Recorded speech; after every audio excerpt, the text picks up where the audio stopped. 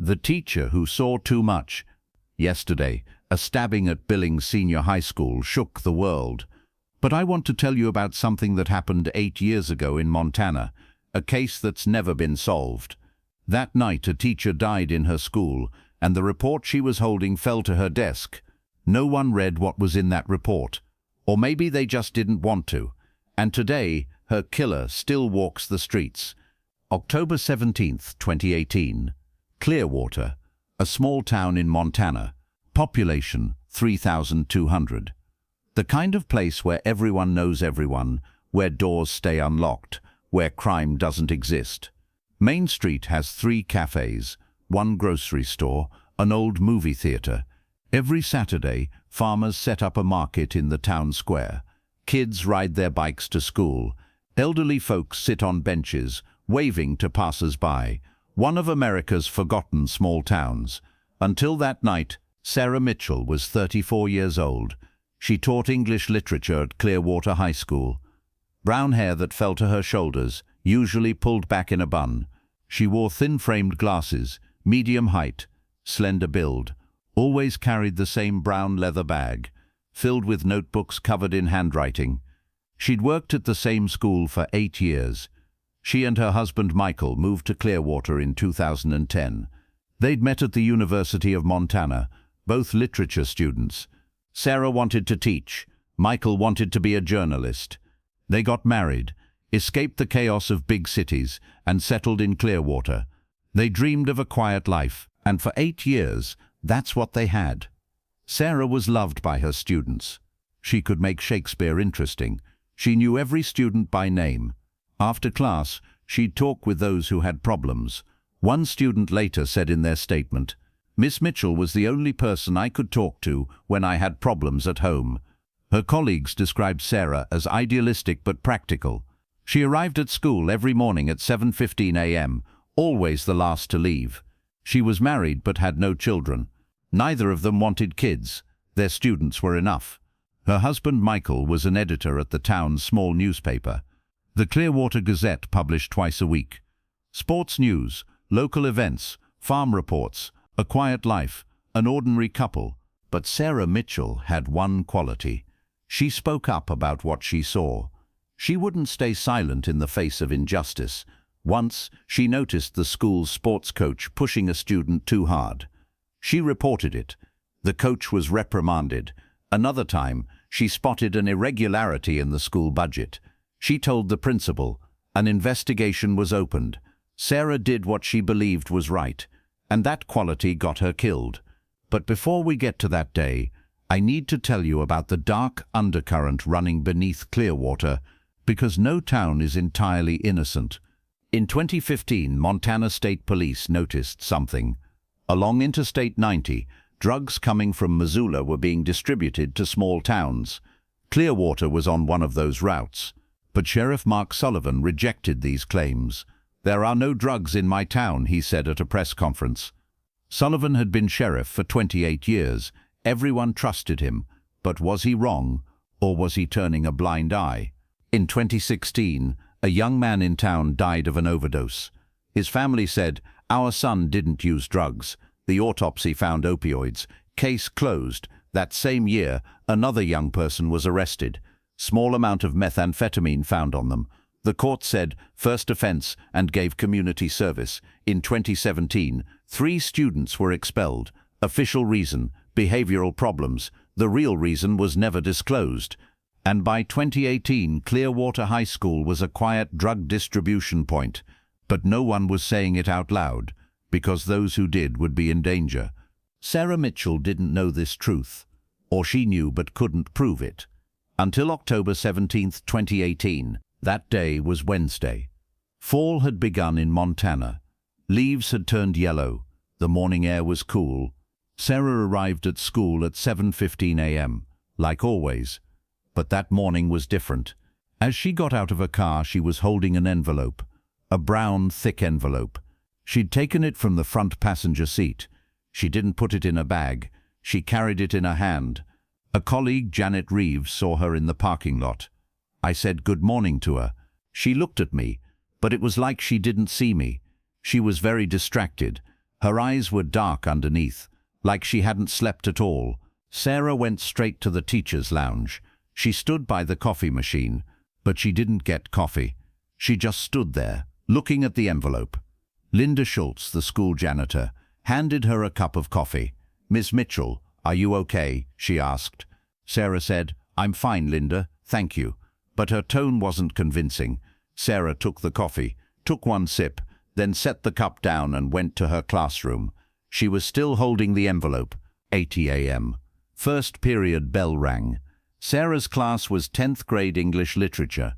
22 students. Sarah was teaching To Kill a Mockingbird that day. Themes of racism, justice, courage. One student later said in their statement, "Miss Mitchell was very emotional that day. Her voice trembled when she read Atticus Finch's defense speech." Sarah told the class, "Sometimes doing the right thing is the most dangerous thing, but that's what courage is." The students thought she was just talking about the book, but Sarah was talking about her own life. Class ended. During the break, Sarah walked the corridor. She watched her students. The envelope wasn't in her bag. It was in the inner pocket of her blazer. She kept reaching into her pocket, making sure the envelope was still there. 10:30 a.m. Second period break. Sarah went to the office of Richard Holden, the assistant principal. Holden was 52 years old, grey-haired, serious man. He'd been assistant principal for 15 years.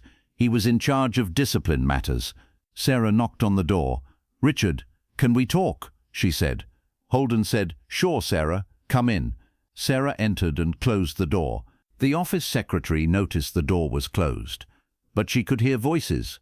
She couldn't make out exactly what they were saying, but the tones were getting tense. At one point, she heard Sarah's voice rise. "This is unacceptable, Richard. These kids are in danger." Holden's response wasn't clear, but his tone was calming. "Sarah, there are procedures. We need to do this the right way." 15 minutes later, Sarah came out of the office. Her face was pale. Her lips were pressed together. The envelope was still in her pocket, but it hadn't been opened. Holden hadn't taken it, or Sarah had shown it, but hadn't given it to him. Sarah bumped into a student in the hallway. Emma Bradley, 18 years old, senior student. "Sorry, Miss Mitchell," Emma said. Sarah looked at her, and she saw something in Emma's eyes. "Fear?" Sarah asked. "Emma, are you okay?" Emma looked around, then whispered, "I need to talk to you, but not here." Sarah took Emma to an empty classroom. They closed the door. They talked for 10 minutes. No one heard what they discussed, but Emma came out crying. Sarah, on the other hand, looked even more determined. Lunchtime arrived. 12 p.m. The cafeteria was packed. Students lined up for food. The noise level was high, everyone talking, laughing. A normal lunch break. Then someone shouted, "Let him go." Everyone turned. In the middle of the cafeteria, two students were pushing each other. Tyler Hayes, 18 years old, tall, athletic build, blonde hair, blue eyes, son of the Hayes family, one of the town's prominent families, star of the football team. The other student, Marcus Thompson, 17 years old, black, a transfer student. His family had moved from another state 2 years ago. Smart student, but few friends. Tyler was pushing Marcus. "What's someone like you doing here?" he was yelling. He used a racist slur. Marcus pushed back. "Who are you to tell me?" he said. Tyler prepared to throw a punch, but security guard Tom Davies came running. He separated them. "Enough. Both of you to the assistant principal's office now." Students dispersed, but one person had seen everything. Sarah Mitchell. She was standing at the edge of the cafeteria, hadn't even picked up her tray. Her eyes were on Tyler, and there was anger on her face. Sarah went straight to the principal's office, but Principal Frank Morrison wasn't there. He was at a district meeting. Sarah asked Secretary Janet, "When will Frank be back?" Janet said, "Around 4 p.m. Sarah said, "Okay, I'll wait." But Sarah didn't wait. She went to her afternoon classes, but her mind wasn't on the lessons. One student said, Miss Mitchell repeated the same sentence 3 times that day. That wasn't like her. 30 p.m. Last bell rang. Students rushed out of school. It wasn't Friday, but everyone was excited. The weekend was approaching. Sarah stayed in her classroom. She appeared to be grading homework, but actually, she was waiting for Principal Morrison. 4:15 p.m. Morrison returned to school.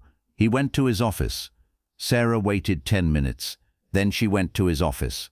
She knocked on the door. "Frank, I need to talk to you," Sarah said. Morrison said, "Sure, Sarah. Come in." Sarah entered and closed the door.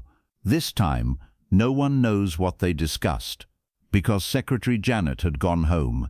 The office was empty, but 20 minutes later, Sarah came out of the office, and her face was red. She was angry. The envelope in her hand was still with her. Morrison hadn't taken it. As Sarah walked down the corridor, she ran into janitor Linda. Linda asked, "Miss Mitchell, are you okay?" Sarah stopped. She looked at Linda. Then she said, "Linda, if anything happens to me, tell Michael. Tell him I knew everything. He'll understand." Linda was surprised. "Miss Mitchell, what do you mean?" Sarah smiled, but it was a sad smile. "Nothing, Linda. I'm just trying to do the right thing." And Sarah returned to her classroom. It was 5 p.m. The school was nearly empty. A few teachers were grading homework. Security guard Tom was making his rounds. Janitor Linda was cleaning. Principal Morrison was dealing with paperwork in his office. Sarah sat at her desk. She took out the envelope. She opened it. She looked at the papers inside. She read for a long time. Then she made a decision. She closed the envelope, put it back in her pocket. She opened her computer. She wrote an email, but she didn't send it. She left it in drafts. The email recipient: Montana State Police, Drug Enforcement Bureau. Sarah was preparing, but she hadn't sent it yet. Maybe she was waiting to add one more piece of evidence. Maybe she wanted to talk one more time. Maybe she was just gathering her courage. But she didn't have time to gather that courage. 6 p.m. Principal Morrison came out of his office. He knocked on Sarah's classroom door. "Sarah, are you still here?" he asked. "Yes, Frank," Sarah said. "I'm leaving soon." "Okay, I'm leaving. The security guard is here. He'll lock up," Morrison said. "Good evening, Sarah." "Good evening, Frank," Sarah said, and this was their last conversation. Morrison got in his car and drove home. His house was 10 minutes away. His wife was waiting for him. 6:30 p.m. Janitor Linda finished cleaning. She stopped by Sarah's classroom. "Miss Mitchell, I'm leaving," she said. Sarah said, "Okay, Linda. Thank you. I'll be leaving soon too." Linda looked at her. She wanted to say something but didn't. "Good evening," she said and left. To Mo, only Sarah and security guard Tom remained at school. Tom sat in the security room, watching the cameras, but most cameras were old models. They only covered a few points in the corridors. Sarah's classroom wasn't in view. Sarah came out of her classroom. She walked down the corridor. She was holding the brown envelope. She was heading toward the principal's office. But the principal wasn't there. Sarah tried the principal's door. It was locked. Sarah turned back. She went to the teacher's lounge. She sat at the table. She took out her phone. She dialed a number, but she didn't call. She hesitated. She put the phone down. 7:47 p.m. The security camera recorded Sarah. She was walking down the corridor, returning to her classroom. She still had that envelope. Her face was determined, like she'd made a decision. This was the last time Sarah Mitchell was seen alive. 13 minutes later, at 8 p.m., all the electricity in the school went out. Tom Davies was in the security room. The cameras went black. The lights went out. Tom immediately stood up. "What's happening?" he asked himself. He grabbed his flashlight. He ran to the electrical panel.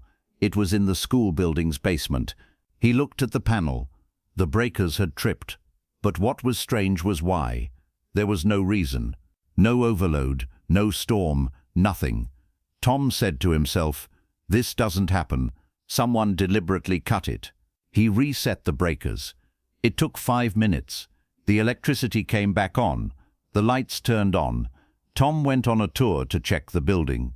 He walked through each classroom one by one. Nothing seemed odd. Everything was in its place. 8:30 p.m. Tom passed by Sarah's classroom. The door was closed. The light was dim. Tom thought, Miss Mitchell must have left. He didn't even knock on the door. He continued. But Sarah hadn't left. She was in the classroom, on the floor, motionless. Tom finished his last round. Everything was normal. He returned to the security room. He checked the camera recordings. During the power outage from 8 to 8:20, there was no recording. Tom said, "That's a problem," but it didn't seem very important. He wrote in the logbook, "Power outage, 20 minutes of recording lost." 10 p.m. Tom's shift ended. The new security guard, John Ellis, arrived. Tom briefed him on the situation. There was a power outage, recording lost. "But everything's normal," he said. John said, "Okay, I'll handle it." Tom got in his car and drove home. On the way, he had a doubt in his mind. "I didn't see Miss Mitchell on the last round, but it felt like she was still there. I wish I had checked," he thought. But he kept driving. 10:30 p.m. John made his first round. Everything was quiet. Nights in Clearwater were quiet. Being alone at school could be a little creepy. But John had been doing this job for 10 years. He was used to it. Throughout the night, nothing happened. John made rounds every hour. He didn't notice anything, but Sarah Mitchell, in her classroom, was growing cold. The next morning, October 18th, Thursday, 7 a.m., teachers started arriving at school. Sarah's car was in the back parking lot, but no one noticed. Because Sarah's car was parked behind trees, it wasn't visible from the front lot. Sarah's usual arrival time. But Sarah didn't arrive. The teacher's lounge smelled of coffee. Everyone was going about their normal day. Sarah's husband, Michael Mitchell, picked up his phone. He tried to call Sarah. The phone was off. Michael got worried. Sarah never turned off her phone. He tried again. Still off. Michael called the school. Secretary Janet answered the phone. "Clearwater High School. How can I help you?" "Janet, this is Michael Mitchell. Is Sarah there? She didn't come home last night. Her phone is off." Janet froze. "Michael, you're not joking, are you?" "This isn't a joke, Janet. Sarah didn't come home last night. Please check." Janet put down the phone. She ran to the principal's office. "Frank, Sarah Mitchell didn't go home last night. Her husband is calling." Principal Morrison jumped to his feet. "What? Where could she be?" He called security guard John. "Did you see Sarah Mitchell last night?" "No, sir. Everything was normal last night." "Is her car here?" "I don't know, sir. I'll check." John ran to the parking lot. She wasn't in the front lot, but he went to the back lot, and he saw it. Sarah's car was there. The doors were locked. No one was inside. John ran back. "Her car is in the back lot, so she must still be at school." Morrison said, "Search the entire school. Now." Teachers, janitor, security, everyone started searching. Every classroom, every office, every bathroom, every corridor was checked. 10:45 a.m. Janet came to Sarah's classroom. The door was locked. "Sarah, Sarah, are you in there?" she shouted. No answer. She asked for a key. She got the master key from the janitor. She opened the door, and she saw Sarah Mitchell. Janet screamed. Such a scream that the entire school heard it. Everyone came running, but Principal Morrison shouted, "No one goes inside. Call the police." Sarah was lying on the floor in the middle of her classroom, next to her own desk. Her eyes were closed. There was a deep impact wound on the back of her head. The blood had dried. Next to her was a broken metal lamp. The lamp from the desk had fallen, or been knocked down. The Clearwater Sheriff's Office was 5 minutes away. Sheriff Mark Sullivan arrived in 10 minutes with 2 patrol cars. The scene was cordoned off. Students were sent home. School was cancelled that day. The forensic team arrived 30 minutes later. Sarah's body was examined. Photos were taken. Evidence was collected. The metal lamp was placed in an evidence bag. Blood samples were taken. Fingerprints were searched for. The autopsy was performed that afternoon. Result: blunt force trauma, skull fracture, brain hemorrhage. Death was instantaneous. Time of death, October 17th, between 8 p.m. and 10 p.m. So Sarah was killed right after the power went out. Sheriff Sullivan held a press conference, 4 p.m. This morning we experienced a tragic event. Sarah Mitchell, our beloved teacher, was found dead at school. The investigation is ongoing. There are no suspects at this time, but we will continue to inform the public. But the truth was, there were suspects. They just weren't being named. Security camera footage was reviewed. Sarah was walking down the corridor at 7:47 p.m. Then at 8 p.m., the power went out. At 8:20 p.m., the power came back on.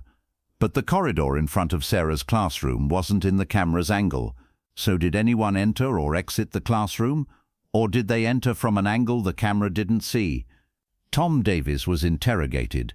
After the power outage, I went on a round. I checked every classroom, but Sarah's classroom door was closed. I didn't knock. I thought she had left. Why did the power go out? I don't know. The breakers had tripped. But there was no reason. It could have been deliberate. Who can access the electrical panel? Anyone. It's in the basement, not locked. So the attacker could have deliberately cut the power to eliminate the camera recordings. Michael Mitchell gave his statement. His eyes were bloodshot. His voice was hoarse from crying. Sarah was supposed to come home last night. She called at around 6 p.m. She said, "I'll be a little late. I need to talk to the principal." I said, "Okay," but she didn't call again. At 11 p.m. I got worried. I turned on her phone. It was off. I waited until morning. At 7:15 a.m., I tried again. Still off. I called the school, and then everything turned into a nightmare. Did Sarah mention an envelope to you? Envelope? No. What envelope? Sarah was carrying a brown envelope yesterday. Do you know what was in it?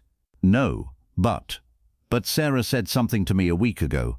She said strange things are happening at school. Some students' behavior has changed. I'm investigating something. She didn't give details. I didn't ask too much. I wish I had. The envelope. The missing envelope. The security camera shows. Sarah has an envelope in her hand at 7:47 p.m. The next morning when her body is found, that envelope is gone. Police searched the entire classroom. The envelope couldn't be found. It's not in Sarah's bag, not on her desk, not anywhere. So the attacker took the envelope. There was something important in that envelope, and the attacker killed Sarah to destroy it. But what was in that envelope? Police examined Sarah's computer. They looked at her emails, and in the draft section, they found an unsent email. Repetient, Montana State Police, Drug Enforcement Unit.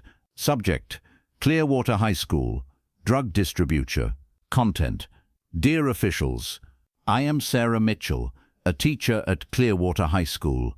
I want to make a serious report to you. I have evidence that drugs are being distributed among students at our school. My observations and information gathered over the past 2 weeks are attached. Attachments. Not yet added. Please initiate an urgent investigation. Local police may have remained silent on this matter. That's why I'm applying directly to state police. Respectfully, Sarah Mitchell. The email was never sent. Sarah was preparing the attachments. The documents in that brown envelope were going to be the attachments, but she was killed before sending it. Police investigated Sarah's last 2 weeks. Who did she talk to? What did she observe? Phone records were examined. Sarah had called one number frequently, a former student's number. That student, Emma Bradley. Emma was immediately called in for questioning. Emma Bradley was 18 years old, senior student. She worked at the small cafe in town on weekends. She was a good student, but shy. When police asked questions, her eyes filled with tears. Emma, did Sarah Mitchell talk to you recently? Emma nodded. Yes, on October 17th, yesterday, at school. What did you talk about? Emma hesitated. I told her something. What did you tell her, Emma? Emma started crying. About Tyler Hayes. Tyler, he did bad things to me. At a party 3 weeks ago. Things I didn't want. I told him no, but he didn't listen. Then he threatened me. He said, don't tell anyone, or bad things will happen to you. The room went silent. Sheriff Sullivan was taking notes. Why did you wait to tell Ms. Mitchell? I was scared. Tyler's family is powerful. No one can stand up to them. But Ms. Mitchell noticed me. I was very upset. I couldn't focus on my classes. She called me after class. She asked, Emma, did something happen to you? I cried, and I told her everything. What did Ms. Mitchell say? She said, I'll protect you. She said, Tyler will face consequences for this. And that day, she said she would report everything. But that night she was killed. Emma was sobbing. It's my fault. If I hadn't told her, maybe she'd still be alive. Emma, this isn't your fault. Do you know if Tyler hurt anyone else? Emma looked up. Marcus Thompson. Tyler hurt Marcus too. He beat him, said racist things, and I heard Tyler was selling drugs at school, but I don't know for sure. The information so far made Tyler Hayes the prime suspect. Tyler Hayes was called in for questioning the same day. His mother and father came with one of Montana's most expensive lawyers. The lawyer came from Helena. His name Robert Finch. Tyler was interrogated, but his lawyer constantly intervened. Tyler, where were you on the evening of October 17th? I was home. Were you alone? Yes. My family is at the ranch. I live alone in the house in town. Can anyone confirm this? No. What time did you go home? School ended at 3:30. I went home. I was home all evening. Did you have a problem with Sarah Mitchell? No. Ms. Mitchell was a good teacher. Emma Bradley made an accusation against you. What do you say? The lawyer intervened. My client will not answer that question. This is a separate investigation matter.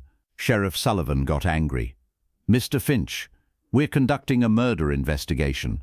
I understand, Sheriff, but my client has rights. The allegations are unproven. Tyler is innocent. The interrogation went nowhere.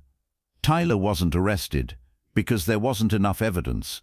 No alibi, but no evidence of the crime either. No fingerprints were found.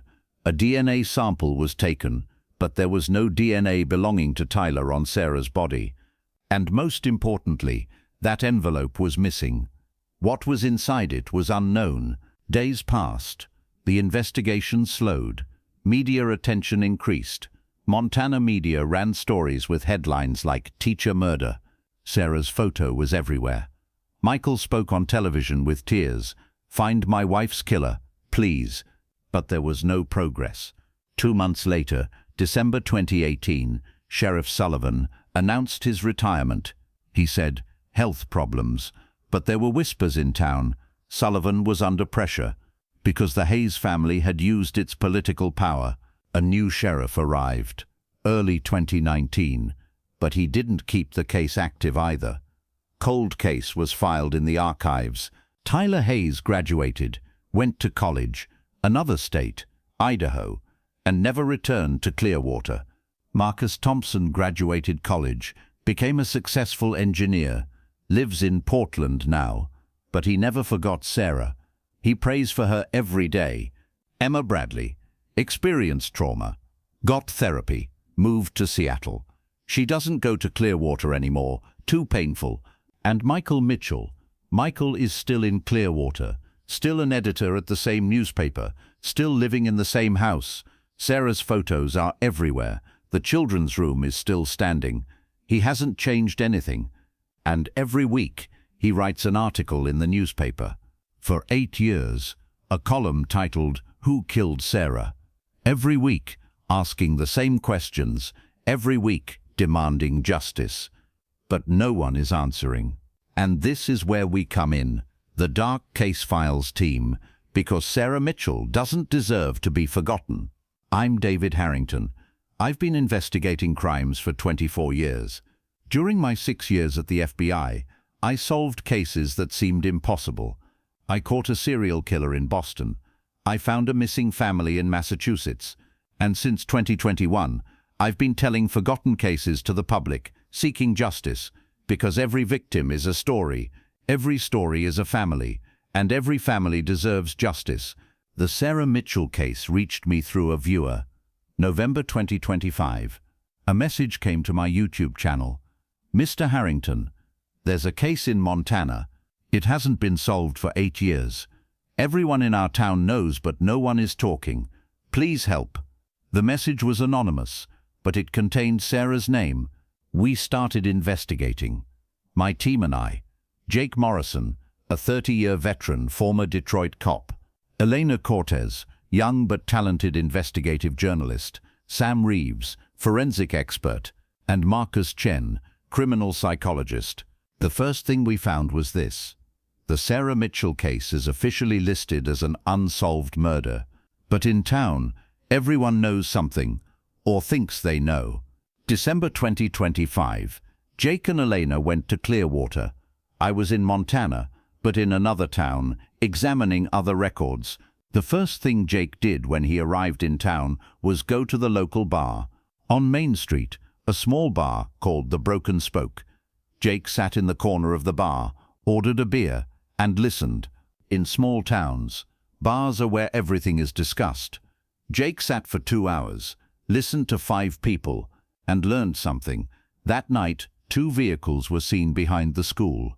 One was Sarah's car, the other was a black pickup truck. Jake investigated this. In 2018, how many people owned black pickups in Clearwater? He looked at records, 47 people, but among them was the Hayes family. Tyler's father had a 2016 black Ford F-150.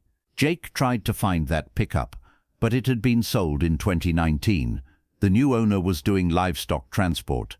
The vehicle had changed hands 10 times since then. The original vehicle had been cleaned, restored. No evidence remained, but Jake found the previous owner.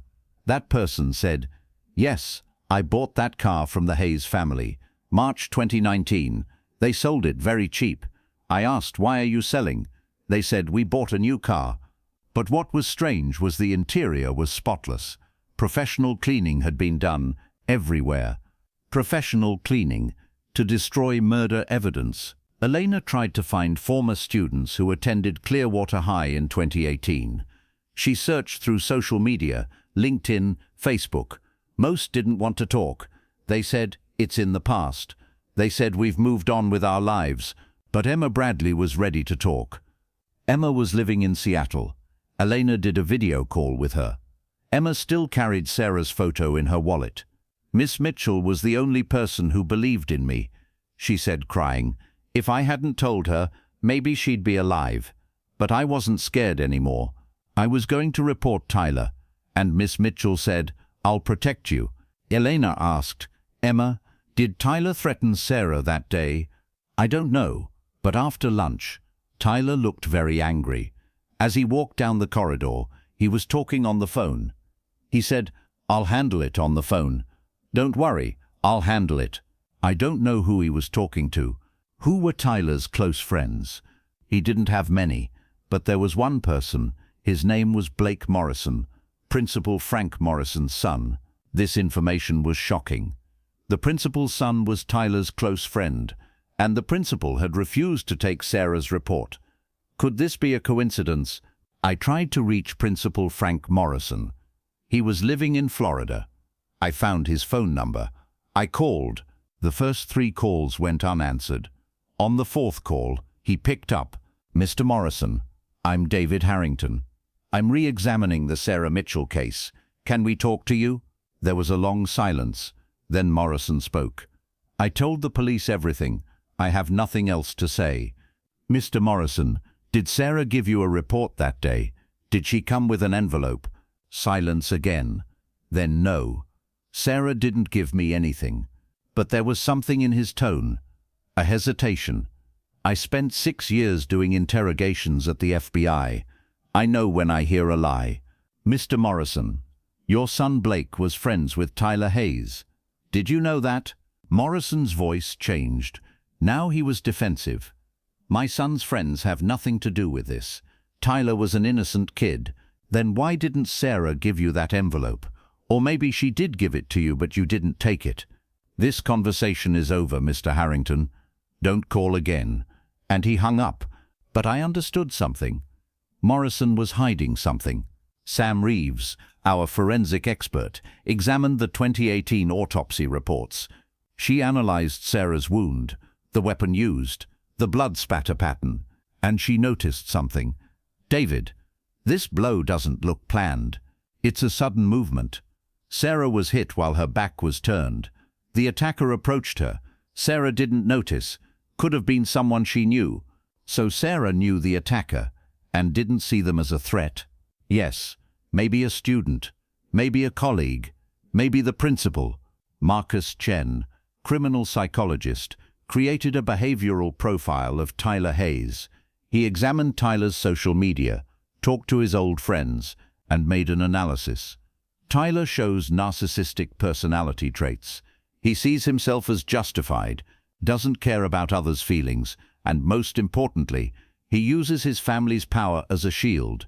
But Tyler isn't someone who directly applies violence. He's a manipulator. So he may not have killed Sarah himself, but he may have caused her death. So Tyler might have told someone, and that person took action. Yes, could be Blake Morrison, or Tyler's family, or someone else. Jake found one more person in Clearwater. Richard Holden, assistant principal, retired, living in Billings. Jake and Elena went to see him. When Holden opened the door, he looked uneasy. "What do you want?" he asked. "Mr. Holden, we want to talk about Sarah Mitchell," Jake said. "I told the police everything. Please leave. Just a few questions. Did Sarah show you an envelope that day?" Holden hesitated. Then, "Yes, she showed me, but I didn't open it." "Why didn't you open it?" "Because I didn't want to know what was inside," Eleni asked. "You didn't want to know, or you knew but chose to ignore it?" Holden looked away. "Sarah was very determined that day. She told me Tyler Hayes is hurting students, both sexual assault and drug distribution. I told her, Sarah, be careful. The Hayes family is powerful. Don't make accusations without proof." She said, "I have proof." But she didn't give me the envelope. She said, "I'll talk to the principal first." Did she talk to the principal? I don't know. But Frank never mentioned it to me, so either Sarah didn't talk or Frank didn't tell me. Which do you think it was? Holden was silent for a long time. Then Frank's son was friends with Tyler. Frank might have wanted to protect his son. If Sarah reported Tyler, Blake could have been questioned too, because Blake might have been involved in what Tyler was doing. This statement changed everything. So Principal Morrison didn't accept Sarah's report because he wanted to protect his own son. Jake asked, "What about the power outage? Why did the power go out that night?" "I don't know, but anyone can access the electrical panel. It's in the basement, unlocked. If someone deliberately cut it, it was planned. Who do you think might have cut it?" Holden hesitated. Then, Tyler's friends, Blake, or someone else. But where was Tyler's family that night? At the ranch or in town? Did they ever investigate that? Jake noted this and started investigating. Tyler's father, George Hayes, where was he on the evening of October 17th, 2018? Jake found ranch workers. He talked to one. Was Mr. Hayes at the ranch that night? No. He went to town around 7 p.m. He said, "I have business." He returned at 11 p.m. Did he say what business? No. But he looked very tense. This information added George Hayes to the suspect list. At the end of December, the whole team came together. We shared our findings, and we formed a theory. On October 17th, 2018, Sarah Mitchell learned that Tyler Hayes was both sexually assaulting and distributing drugs. She got information from Emma and Marcus. She collected evidence. She put it in an envelope.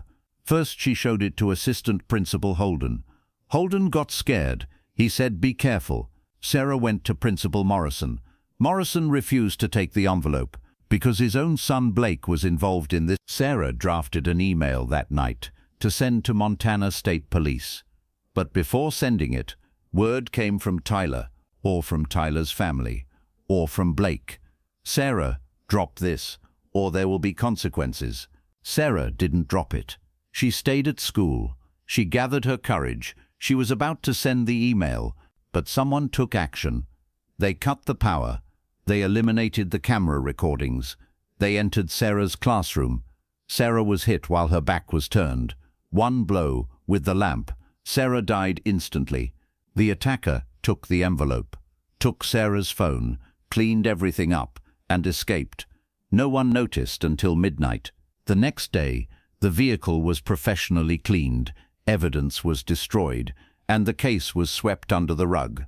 So who was the attacker? Tyler? Tyler's father George? Blake Morrison? Or someone else? We don't know, because the evidence was destroyed. Witnesses aren't talking, and the town is keeping a secret. But we're not giving up. I talked to Michael Mitchell one more time. I told him, Michael, we're going to tell Sarah's story. Millions will hear it, and maybe someone won't be able to live with their conscience. Someone will talk. A tip will come. Michael's eyes filled with tears. Mr. Harrington, I've been waiting for 8 years. Hope is fading every day, but you've given me hope again. Thank you. I made him a promise. Sarah Mitchell will not be forgotten. And now, you, the person watching this video. If you're from Clearwater, if you saw something that night, if you have information about Tyler Hayes, Blake Morrison, George Hayes, or anyone else, please speak up. Because Sarah Mitchell wasn't just a teacher. She was a hero. She was killed trying to protect her students, and heroes should not be forgotten. As Dark Case Files, we will follow this case until it's closed. Every new piece of information, every tip, could bring justice to Sarah. To contact us, you can use the email address in the video description. All information will be kept confidential. Yesterday there was a school violence incident in Billings, and the world was shocked. But what happened in Clearwater 8 years ago was forgotten. Sarah was forgotten. We didn't forget. And don't you forget.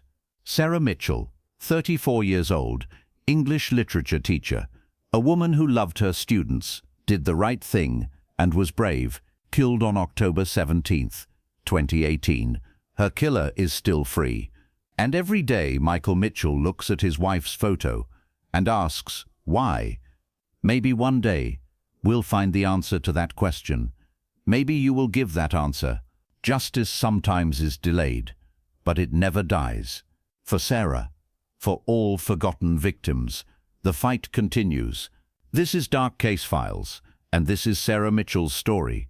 It's not over yet.